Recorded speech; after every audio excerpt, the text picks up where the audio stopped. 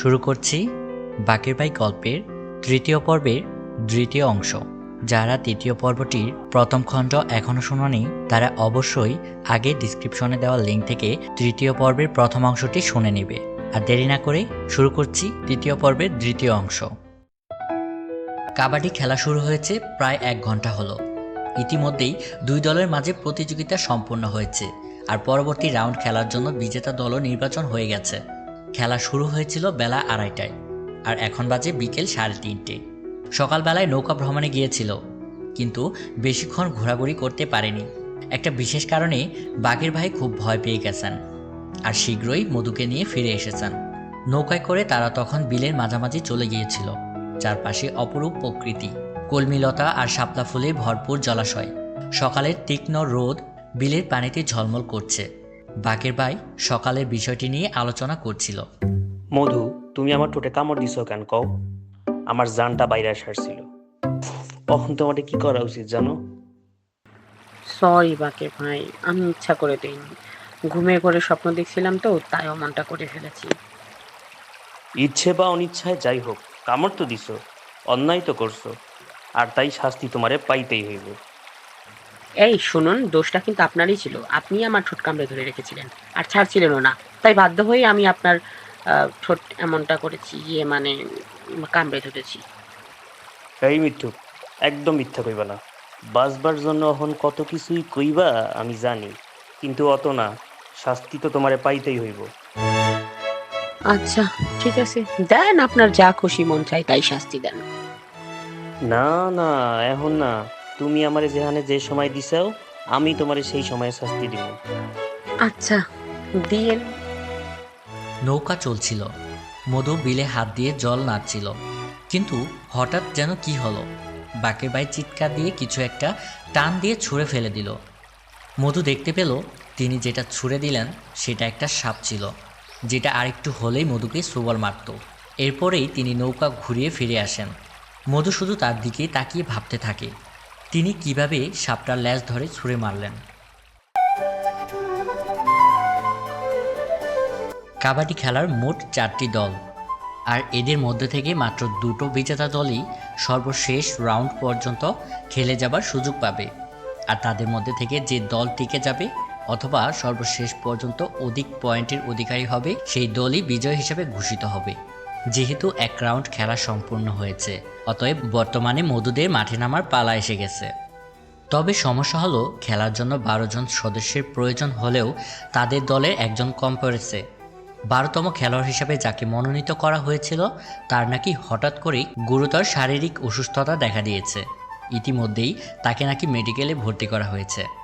যদিও খেলায় প্রথমবার 7 জন নামলেই যথেষ্ট, আর বাকিগুলোকে অতিরিক্ত হিসেবে রেখে অন্য কারো পরিবর্তে নামানো যায়। দুরন্ত টকবগে ঘোরানের খেলা এগোতে লাগলো। উভয় পক্ষই 5 মিনিট বিশ্রাম সময় সহকারে 25 মিনিট করে খেলার সময় পাবে। একজন রেফারি এসে টস করে প্রথম আক্রমণকারী নির্ণয় করে গেল। মধুদের বিপরীতে যে দল লড়বে তারাই প্রথম আক্রমণের সময় পেল। রেফারির বাঁশিতে খেলা শুরু হলো, আর সাথে সাথেই একজন টাকরা পালোয়ান কোর্টের মধ্যরেখা থেকে কাবাডি কাবাডি বলে চিৎকার করতে করতে তাদের কোর্টে ছুটে এলো। তারপর খেপা নাগরাজের সোবলের মতো তাদের দিকে তার তাগড়া হাত ছুঁড়ে মারতে লাগলো। কাউকে না মারতে পেরে নিজের কোর্টে ফিরে গেল। যদিও মধুরা তাকে আটকাতে পারত, কিন্তু রিস্ক নিল না, কেননা তার মতো পালোয়ানকে স্পর্শ করার পরও যদি আটকাতে না পারে তবে তারা অল আউট হতো আর তারা অতিরিক্ত 2 রান পেয়ে যেত। অতঃপর আবার নতুন করে খেলা শুরু করতে হতো। সময়কে বেশি দূর অগ্রসর হতে হলো না, মুহূর্তেই শত্রুপক্ষ তাদের সবাইকে মেরে ভূত বানিয়ে ফেলল। অতঃপর এখন মধুদের দাইন, কিন্তু এত যে তেমন লাভ হবে বলে মনে হচ্ছে না। তাদের বিপরীতে যারা খেলছে তাদের প্রত্যেকেই একদম তাগড়া তাগড়া। যদি তারা দুজন মিলেও মধুদের দলের কাউকে চেপে ধরে, হয়তো তার 7 দিনেই যে পুনরায় ঘরে ফিরে আসবে। ঠিক সেটাই হলো। অল্প কিছুক্ষণের মাঝেই কয়েকজনকে তারা পাকড়াও করে অতিরিক্ত রান সঞ্চয় করে নিল, আর এদিকে তারা শুধু নিচের দিকেই নামছিল। কয়েকজন তো ভয়ে ভয়ে মাঠ থেকে উঠে গিয়ে অতিরিক্তদের পাঠিয়ে দিল। এদিকে মধুও ভয়ে ভয়ে সামনে এগুতে পারছিল না, কিন্তু তারপরও মনে সাহস সঞ্চয় করে দম দিয়ে ছুটে গেল। এগিয়ে গিয়ে কয়েকজনকে ছুঁয়েও ফেলল, কিন্তু ফিরে আসতে পারল না। পালোয়ানগুলো তার উপর ঝাঁপিয়ে পড়ল। তবে মধু তখনও দম ছাড়েনি, আর তাই তারাও তাকে ছাড়ছে না, বরং দানবের মতো আরও চেপে ধরেছে। এদিকে তাদের ভরে মধুর দম যেন বেরোবার উপক্রম হলো। এদিকে রেফারিও হুইসেল বাজাচ্ছে, কিন্তু তারপরও তারা উঠে দাঁড়াচ্ছে না। মধুর মাথায় চক্কর কাটল, এই হয়তো মধু জ্ঞান হারাবে। আর তখনই সে শুনতে পেল অন্য একজন কাবাডি কাবাডি বলে দৌড়ে আসছে। কাবাডি কাবাডি কাবাডি কাবাডি কাবাডি কাবাডি কাবাডি। আর তাকে দেখতে পেয়েই সমস্ত পালোয়ানগুলো তাকে ছেড়ে দিয়ে কোর্টে গিয়ে দাঁড়ালো। মধু মুখ ভরে শ্বাস নিয়ে সামনে তাকাতেই দেখে সে আর কেউ নয়, তাদের সবার প্রাণপ্রিয় বাকের ভাই। তিনি দম দিতে দিতেই তার নিকট এগিয়ে এসে তাকে টেনে তুলে কোর্টে পাঠিয়ে তিনি সামনে এগোলেন। বেশ কিছুক্ষণ গেল, কিন্তু তিনি দম ছাড়েননি। সমস্ত পালোয়ানগুলোই তাকে আঁকড়ে ধরল, কিন্তু তিনি দমে গেলেন না, বরং স্থিত শ্বাস রুদ্ধ করে সবাইকে টানতে টানতে কোর্টে এসে পৌঁছালেন। অর্থাৎ প্রত্যেকেই অল আউট হওয়াতে মধুরাও অতিরিক্ত পয়েন্ট পেয়ে গেল। সর্বশেষ অবধি মধুরাই টিকে গেল ফাইনাল রাউন্ডে। তারপর শুরু হলো শ্বাসরুদ্ধকর ফাইনাল প্রতিযোগিতা। কয়েকটা পাগলা ষাঁড় যেভাবে গোতাগুতি করে ঠিক ওভাবেই তুক্ষর গোটাগুতির পর সর্বশেষ এবং বিজয়ী হিসাবে মধুর দলই মনোনীত হলো। গ্রামের ছেলেরা সে কি খুশি, বাকের ভাইকে মাথায় তুলে নাচতে লাগলো। বাকের ভাইও প্রচণ্ড উল্লাসিত হলো। আর এদিকে তার খুশিতে মধুরা সহ সকলেই বেশ খুশি হলো। একদিকে তাকে গ্রামের ছেলেরা মাথায় করে নাচতে লাগলো, আর ওইদিকে জয়নাল মধুকে কুলে করে নাচতে লাগলো। যদিও খেলায় জেতার দিকে জয়নালের কোনো হাত ছিল না, তারপরেও সে প্রথম থেকেই মধুর জন্য চেয়ার্স করেছে, তালি দিয়েছে, আরও কত কি। চারদিকে ঘন অন্ধকার, উঠানে লোকদের ঢল নেমেছে। জেতার উপলক্ষে খিচুড়ি পাকানো হয়েছে।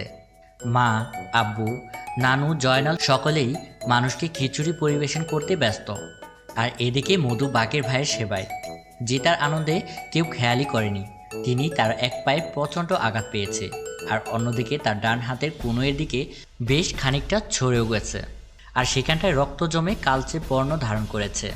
হয়তো কোর্টে দাগ ছোঁয়ার সময় যখন জোরসে পিছলে লাফটা দিয়েছিল তখনই এটা হয়েছিল। আর পায়ে ব্যথা পেয়েছিল তখন, যখন একজন তার পায়ের গোড়ালি ধরে আচমকা জোরে টান দিয়েছিল। মধু এখন তার সেবায় ব্যস্ত। মধু সায়েন্স নিয়ে পড়ায় ব্যথা আর ক্ষত নিরাময় এবং ড্রেসিং উভয়টাই বেশ ভালো করে জানে। ড্রেসিং করার জন্য একটা পাত্রে কিছু পরিমাণ কক্ষ তাপমাত্রার পানি নিয়ে তাতে কিছু পরিমাণ জীবাণুনাশক মিশিয়ে পরিষ্কার তুলা দিয়ে পরিষ্কার করে দিতে হবে। আর ব্যথা নিরাময়ের জন্য একটা মোলায়েম তোয়ালে দিয়ে আগুনের উপর রেখে সামান্য গরম করে বারবার সেঁক দিতে হবে। মধু ততক্ষণ অবধি সেসবই করে যাচ্ছিল। মধু সেবা করে যাচ্ছে, আর এদিকে বাকের ভাই আশ্চর্য দৃষ্টি নিয়ে তার দিকে তাকিয়ে আছে। কি অদ্ভুত ব্যাপার, মনে হচ্ছে মধু যেন তার কোনো অপকার করছে। যদিও মধু লোকটাকে যতটা খারাপ আর আত্মসম্মানহীন মনে করেছিল, লোকটা ততটাও খারাপ নয়। সে জানত তার ঠোঁটে অত বড় ক্ষতটা কার সৃষ্টি, তারপরও সে সেটা সম্পর্কে বিন্দুমাত্র কাউকে অবগত করেনি, কেননা তিনি জানতেন এতে মধুর কী পরিমাণ অপমানটাই না হতে পারে। আর শুধু মধুরই না, তারও তো একটু লজ্জিত হতে হতো, কেননা ঠোঁটটা তো তারই ছিল।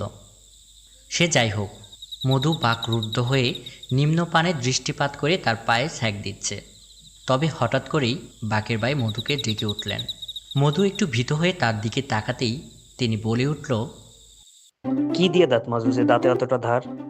উফ, আমার ঠোঁটটা অহনো টনটন করতেছে। সরি ভাই, আমি বুঝতে পারিনি, আর আমি তো ইচ্ছা করেই করিনি। হ, অহন খালি সরি ভাই। এমন একটা কামড় যদি তোমারে দিতাম তাইলে বুঝতাম সরি কারে কয়। ও আচ্ছা, যদি আপনার শরীরে মনে শান্তি না হয় তবে আপনি আমার ঠোঁটে এমন একটা কামড় বসিয়ে দিন, আমি কিচ্ছু মনে করব না। বিশেষ করে আমি কিচ্ছু মনে করবো না, দিন। মধু কি এমন বলে ফেলল? বাকের ভাই অবাক দৃষ্টিতে তার দিকে চেয়ে রইল। বাইরে থেকে মায়ের গলা শোনা যাচ্ছে, তবে বাইরে থেকে হালকা বাতাস আসতেই ঘরের হারিকেনটা ধপ করে নিভে গেল।